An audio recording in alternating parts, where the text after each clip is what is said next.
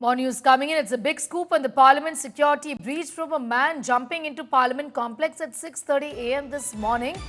What we know is that the intruder is from Uttar Pradesh, works in a shop. What we know. He works in a shop in Gujarat but is originally from UP. Intruder behaved like a mentally challenged person is what we are learning at this point in time. I'll be going across to my colleagues for more details on that, but the man could be mentally challenged. Arvind Ojha has got more. Arvind, क्या details हैं आपके पास इस समय? Right, we'll just connect with Arvind Ojha in a second from now. But these are details that we have with us. As far as this man is concerned, appeared to be mentally challenged. Is from UP but works in a shop in Gujarat is what we know. The intruder in question here jumped over a boundary wall using a tree, entering the Parliament complex. A big security breach. Not the first time that the Parliament security breach has been seen. But these are details that we have with us. For the moment, he's been apprehended, but not before raising several questions on what could have possibly happened here. That things could have been worse had the session not gotten over. How did this breach happen at the end of the day at 6:30 in the morning in a heavily guarded Parliament complex? Arvind Ojha has more. Arvind, क्या details हैं आपके पास?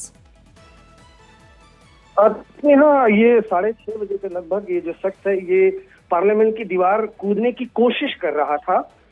तभी उस दौरान जो वहां पर CISF के जो पर्सनल थे उन्होंने इस शख्स को डिटेन कर लिया। इससे पूछताछ की जा रही है। जो सोर्सेज से जानकारी मिली है, ये जो शख्स है वो उत्तर प्रदेश का रहने वाला है और गुजरात के एक छोटे से शॉप में काम करता है। फिलहाल ये मेंटली डिस्टर्ब बताया जा रहा है। इससे लगातार जो एजेंसी है वो पूछताछ कर रही है, लेकिन जो दिल्ली पुलिस के टॉप सोर्सेज हैं उन्होंने ये बताया है कि ये अटेम्प्ट करने की कोशिश कर रहा था, उसी दौरान इसे पकड़ लिया गया। जी, लेकिन ये बहुत ही बड़ी सिक्योरिटी ब्रीच है अरविंद। ये पहले भी पार्लियामेंट में हुआ है, सेशन एंड हो चुका है, लेकिन अगर ये सेशन के चलते रहते होता तो बहुत ही प्रॉब्लम क्रिएट हो सकता था। जाहिर सी बात है, लेकिन जो दिल्ली पुलिस के सोर्सेज हैं उनका ये कहना है कि राउंड द क्लॉक जो पुलिस पर्सनल है, जो वॉल है उसके आसपास वो पेट्रोलिंग करते रहते हैं और साथ ही साथ सीआईएसएफ पर्सनल भी होते हैं।